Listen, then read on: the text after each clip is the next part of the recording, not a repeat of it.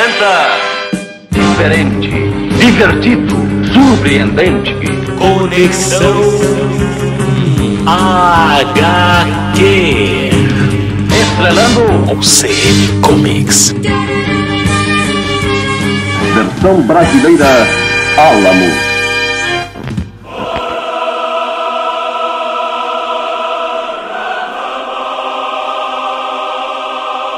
Estamos novamente começando mais um Conexão HQ com o pessoal da UCM Comics. Eu sou Marcelo de Oliveira. Eu sou Marcelo Castilho. E está no ar esta poderosa fonte de informação, coleta, armazenamento e disseminação de histórias em quadrinhos que você já ouviu. É isso aí, galera. Estamos de volta com mais um Conexão HQ para começar o nosso bate-papo sobre uma das coisas que mais gostamos nesta vida, que é o sistema narrativo composto de dois meios de expressão distintos, o desenho e o texto, que nada mais são que os quadrinhos.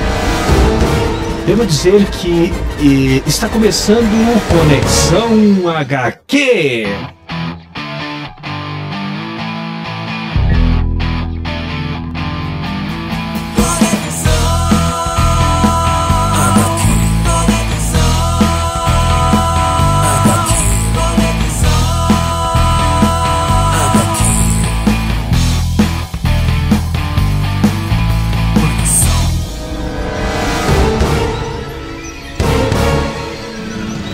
Mais um programa da série de todos os tempos, Conexão HQ. No ar, Oliveira da Terra X e Castilho da Terra 25G.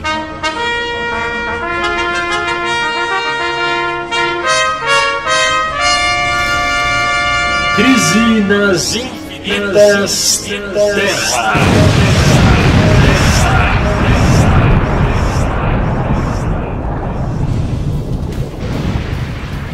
Pois é, hoje vamos falar dessa mega saga que revolucionou os anos 80 e tudo que nós sabemos sobre matar super-heróis.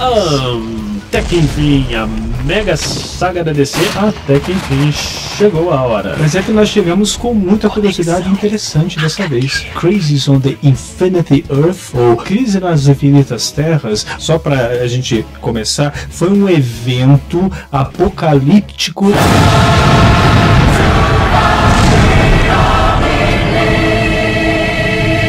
redefiniu todo o universo da DC Comics. Quando eu falo todo o universo, é todo o universo mesmo. Ele afetou dramaticamente a origem e o destino de qualquer super-herói que você pense da DC Comics. E isso ficou a cargo de quem? De Mary Hoffman no argumento e George Pérez no co-argumento e nos desenhos. Mas com participações da cúpula da DC Comics da época, todo mundo participou. Hoffman e Pérez vinham de uma longa e muito bem sucedida parceria na série Os Novos Titãs, que na época vendia em suas piores tiragens mais de só 250 mil exemplares. Conexão HQ.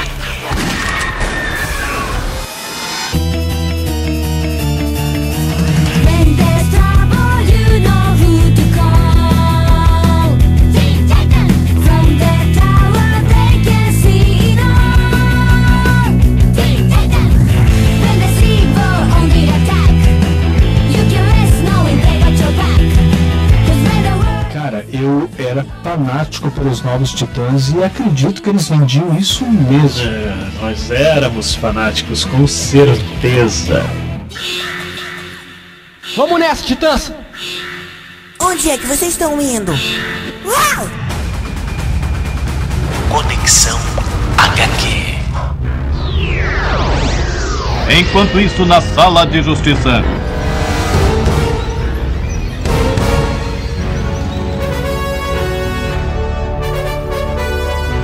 Mas Crise, a série, né, ela foi publicada pela editora DC Comics em 1985 e 1986 e teve 12 edições e eliminou o conceito de multiverso, que se baseava em criar terras paralelas. Os eventos repercutiram simultaneamente em todas as revistas de super-heróis. Esse tipo de evento também foi repetido depois para DC em outras sagas, como Lendas ou então na saga Millennium, mas ela nunca obteve o mesmo sucesso. Lendas e Millennium Puta que pariu, né? Puta que pariu.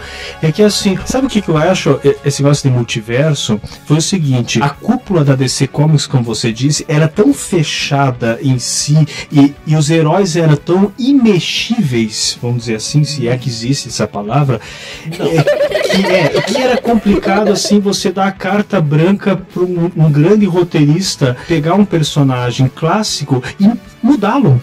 Aí o que a DC fazia? Mude, mas jogue ele em outro universo, pelo amor de Deus. Tem nada a ver com o nosso personagem. Com a cronologia do personagem da Terra. A nossa Terra era Terra Ativa, né? No Brasil, a Abril chamou de Terra Ativa porque os heróis surgiram no meio da década de 50, né? E ainda estavam na ativa. Aí que a tradução popular da editora.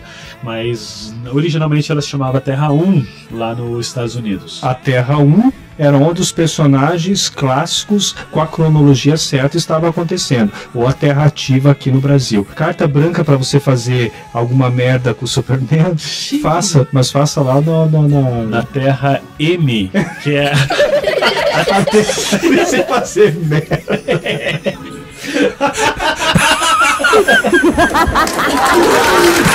Você pode pegar tudo que não tem problema. Bom, vamos falar um pouco da história dessa coisa de multiverso aqui pra tentar esclarecer melhor, né? O multiverso ele surgiu nas histórias do Flash da Era de Prata, o Barry Allen, numa versão em que ele encontrou seu sucessor dos anos 40, que aqui no Brasil foi conhecido como Joel Ciclone.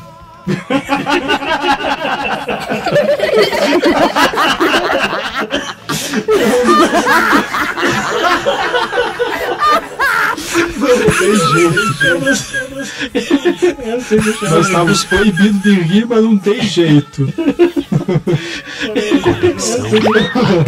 Sei lá. Mas enfim, as terras paralelas elas existiam no mesmo espaço e ao mesmo tempo, que era conhecido como espaço-tempo, sendo separadas apenas pelas diferentes vibrações moleculares. E o Flash conseguia viajar entre essas terras, então, por causa da supervelocidade, ele vivia indo para lá e para cá. A motivação maior mesmo para a eliminação do multiverso foi que causava muitas confusões entre os leitores e supostamente afastava alguns fãs. Isso é verdade. Cara, se você for pensar bem a fundo, esse negócio do Flash alcançar essas diferentes vibrações e estar em vários tempos, em vários multiversos, isso é física quântica, cara. Física quântica, exatamente. E isso cria aquela atração toda, né? Pois é. E as pessoas gostavam disso, em termos, né? Tem gente que adora multiverso, adora todas essas especulações em cima desse tema. E é interessante observar que os quadrinhos dessa época eram voltados mais para jovens, crianças e jovens, então eles não entraram tão a fundo, mas cara, eles poderiam ter entrado a fundo e colocado esse negócio da física quântica como o Alan Moore colocou em Watchmen. O que é Dr. Manhattan? Ele está em várias vibrações diferentes e está em vários tempos e em vários multiversos. Conexão HQ. My name is Barry Allen and I am the fastest man alive.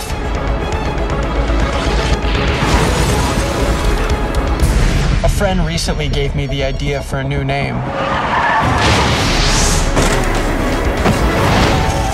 And something tells me it's gonna catch on.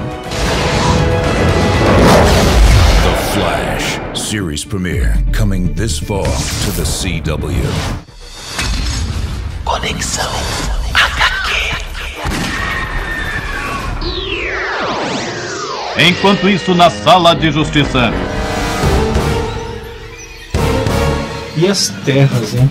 Pois é, falando nas confusões, né, que geravam essas terras, vejam só, a gente já comentou aqui que a Terra Ativa aqui no Brasil, pela Abril, e a Terra 1, onde estavam os heróis que surgiram na década de 50, né, eram os principais heróis da DC, a Liga da Justiça da América, os Novos Titãs, os Renegados, os Omega Man e a Tropa das Lanternas Verdes, por exemplo. Cara, Terra Ativa é legal o nome, né? Terra Ativa é legal. A editora Abril teve uma boa de uma sacada. Isso aí, parabéns pela sacada. Nas outras terras, as loucuras e as versões com qual a carta branca não era permitida. Na Terra 2, que aqui foi chamada de Terra Paralela, eram os heróis clássicos, né? legal, Terra Paralela. Terra Paralela. Parabéns. Parabéns. Os heróis surgiram lá nos final dos anos 30 e eram aqueles que participaram da Segunda Grande Guerra Mundial e depois foram juntados na Sociedade da Justiça, que são os clássicos lá, que o Comando Invencível, né, e tinha a Corporação Infinito. Eram heróis um pouco mais, vamos dizer assim, clássicos. E a Sociedade da Justiça era o segundo principal grupo de super-heróis da DC, né? Ah, isso é verdade. Também outra coisa interessante que a DC fazia, quando ela comprava editoras falidas e ficava lá com os direitos autorais dos personagens, ela não misturava também com a Terra 1, ela não misturava com os seus personagens, né? Então ela criava uma terra para isso também. A Terra S, ela é exatamente isso. Ela comportou as publicações da Fawcett Comics dos anos 40 e 50, onde se destacaram entre os heróis da equipe a família Marvel, cujo principal representante, a gente já sabe, é o Shazam. O Shazam teve que aparecer no multiverso. Não dava para colocar ele junto com a cronologia normal da DC. Das iniciais dos grandes imortais: Salomão, Hércules, Atlas, Zeus, Aquiles e Mercúrio. Billy Batson e seu mentor viajam pelas estradas do mundo numa missão interminável para corrigir erros, desenvolver a compreensão e fazer justiça para todos. Foi dado ao jovem Billy pelos imortais o poder para, ao pronunciar a simples palavra Shazam! Programa liberado para este horário. Que este se transforme no instante do mais poderoso de todos os mortais, Capitão Marvel. Conexão HQ. Enquanto isso, na Sala de Justiça.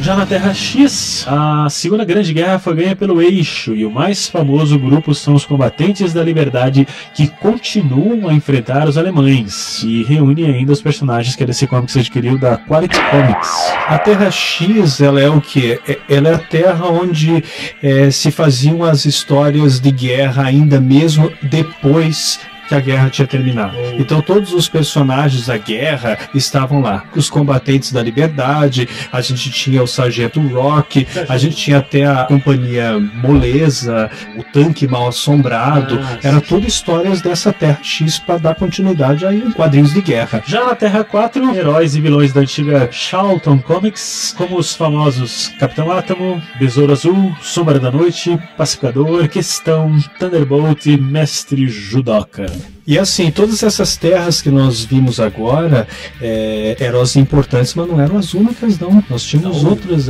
nós tínhamos tipo a Terra K. A Terra K tinha o Kamandi, que foi criado justamente pelo nosso Jack Kirby. Olha só. Aí tinha, nessa terra, ainda tinha o Omak, que depois voltou, né, pra cronologia. Tinha Hércules renascido. Havia também a Terra Primordial, tá? Que não tinha heróis até o surgimento de Superboy em 1985. Essa terra ela foi criada inclusive durante a crise nas Infinitas Terras, para alocar o Superboy, para dizer que o Superman não tivesse uma origem onde ele foi um super-herói enquanto jovem, né?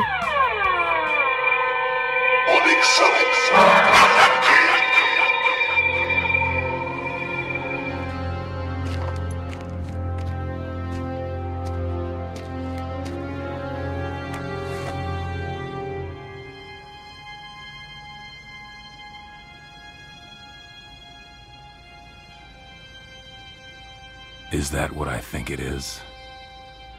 He doesn't like being called an it. I'm Superman's clone. Conexão HQ. Enquanto isso, na Sala de Justiça. Foram tantas as terras que existiram com características tão peculiares que não imagina a confusão que aconteceu, né? Tem a Terra C de Olha só, pré-crise isso. Lá estavam o Capitão Cenoura e o Bando Zoológico, que era a Gata Cadabra, o Casco Veloz, o Queijinho, o Porco de Ferro, Pato de Borracha, o Yankee Poodle e a Águia Americana. Era uma porra de uma terra para colocar animais, só pode ser. A Marvel tem essas besteiras também de criar um grupo só com animais, sabe? Sim. E com certeza a DC já teve essa merda também. Na Terra 3, pré-crise, estavam o Sindicato do Crime da América com versões malignas do Heróis da Terra 1. Tanto que isso voltou na cronologia DC de hoje. A história dessa terra é totalmente contrária à Terra 1, ou seja, o Cristóvão Colombo que descobriu a Europa, a Grã-Bretanha que se libertou dos Estados Unidos e assim por diante, né? Lá, como não poderia deixar de ser, todos os super-heróis conhecidos lá são super-vilões e vice-versa. E nessa terra, quem descobriu Portugal foi o Brasil, com certeza. Possivelmente, cara, porque olha só, o presidente John Wilkes Booth foi assassinado pelo ator Abraham Lincoln. Vai tomar no...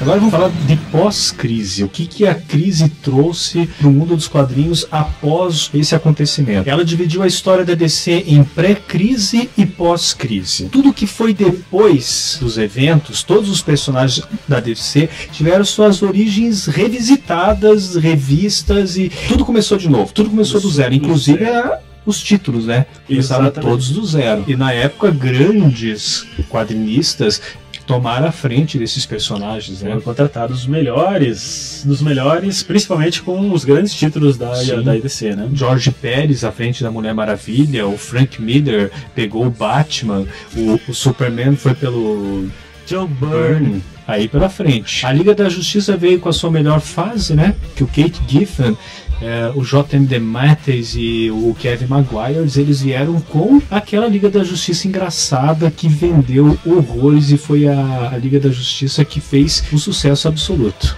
Já os personagens ali que necessitavam do conceito de múltiplas dimensões tiveram suas origens confusas e constantemente revistas como a Poderosa, o Superboy, ou foram enviados ainda para outros lugares distantes como a Sociedade da Justiça, que era originalmente lá da Terra 2, da Terra Paralela, e isso até que a poeira baixasse. Só para vocês terem uma ideia, uma curiosidade, para quem acompanhou os personagens dos anos 80, não sei se vocês lembram do personagem chamado Arion. Lembra do Arion, que era um mago? Pois é, o Arion, na nova cronologia da DC, é o pai da Poderosa. Só para vocês terem como as coisas tiveram que mudar absurdamente. Arion, o mago da Atlântida. Isso é tudo para encaixar, né? Sim. Com esses personagens que dependiam realmente das outras terras, né? Porque na cronologia passada, a Poderosa era prima do Superman. O que ia acontecer? Que não podia mais. Só tem um sobrevivente de Krypton. Atenção, senhores ouvintes. A Conexão HQ vai terminar em 5 minutos. Mais curiosidades em relação à crise é justamente que ela teve outras crises, né? Crise nas Infinitas Terras foi o ponto marco para você conseguir uma nova legião de fãs, de leitores e remodelar mesmo. Mas existiu outras crises, sim. Isso. Na verdade, eles usaram o nome Crise nas Infinitas Terras porque a DC já utilizava desse conceito de crise. Como a gente falou, a história do multiverso todo começou lá com o Flash, né? O Barry Allen e o Joel Ciclone, aquelas visitas. E o sucesso foi tão grande, então a DC tratou de lançar um encontro já com as suas duas principais equipes de super-heróis, a Sociedade da Justiça da América com a Liga da Justiça da América. E aí lançou lá em 1963 a Crise na Terra 1 e Crise na Terra 2. E até o ano que aconteceu a Crise nas Infinitas Terras, o ano de 1985, esses encontros aconteceram todos os anos sem nenhuma falha. A gente sempre acha que Crise nas Infinitas Terras é a única crise que houve na DC Comics. E a Marvel? A Marvel tem crise? Sim, a Marvel teve as Guerras Secretas, né? Eu acho que a editora Abril, ela trouxe muito cedo as Guerras Secretas pro Brasil e ela acabou mexendo na cronologia que estava certinha, entendeu? E o que ela teve que fazer? Aqui no Brasil, ela teve que remodelar as histórias e até redesenhar algumas coisas para poder torná-la parte da cronologia após o fim da saga. Mas quem gosta mesmo de crise, mais forte mesmo é na DC, né? E se você estiver em crise, você pode tomar Sedopan. Sedopan é um oxalato de silapotrim, sei lá. Conexão.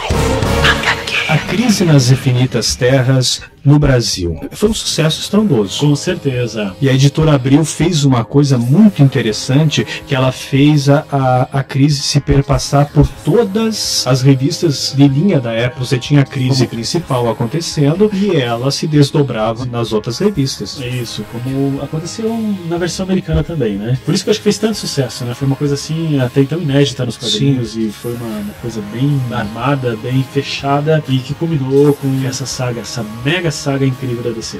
E o ponto principal disso foi assim, antes da Crise nas Infinitas Terras no Brasil, não sei se você se lembra, Castilho, mas a gente ficava lendo histórias dos anos 70. Exatamente. 71, 72. Não, eram histórias fantásticas. Opa. Não tiro o mérito dela. Mas a gente estava lendo histórias muito antigas. Sim, isso foi o grande ganho que o Brasil teve com essa crise, né? Porque quantos anos que deu um salto? 10 anos, né? 10 anos nós ganhamos com isso. Nossa, um pouco mais até. Sim. Mas como a Panini adquiriu os direitos dos personagens, ela já reeditou isso, acho que foi no 2002, se eu não me engano, nova tradução, com formato americano, papel especial, aquela coisa toda. E capa do Alex Ross, uma capa fantástica do Alex Ross. Eu tenho essa edição. Boa lembrança. E nos Estados Unidos, claro, teve uma edição que foi o formato que eles chamam Absolute. É o formato absoluto. Aquilo lá é o que fecha as reedições da revista, né? E teve extras, teve artes, detalhes de roteiros e também uma versão meio romanceada escrita por Merv Wolfman que conta a crise do ponto de vista do Barry Allen. Puxa, que massa, hein? Pois é, putz, isso eu queria ter, cara. Uhum. E é inédito no Brasil, você só vai encontrar importado mesmo.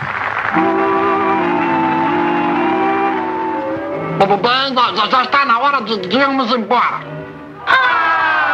Bom, e essa foi a importância da Crise nas Infinitas Terras para todo o universo dos quadrinhos da DC no Brasil e no mundo. Com certeza. E claro que hoje os multiversos voltaram, para quem está acompanhando a série mensal, você sabe que muitos heróis voltaram e continuam agora Terras Paralelas de novo, aquela coisa toda. Mas, se você entrou em crise ou não entrou em crise por causa disso, tranquilo. Ou então, tome Sedopan que crise melhora. Aí você fica tranquilo, não é nosso merchandise. Eu sou Marcelo Oliveira. E eu, Marcelo Castilho. E até a próxima. Até.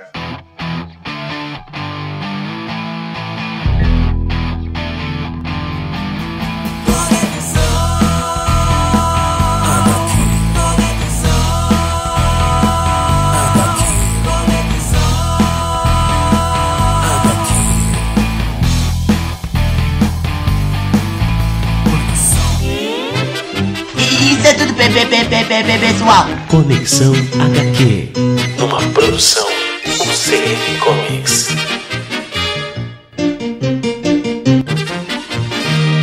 Então não existe Supergirl, super poderosa, supercão, não existe. O Superman é o único sobrevivente de Krypton. Ok? Ok.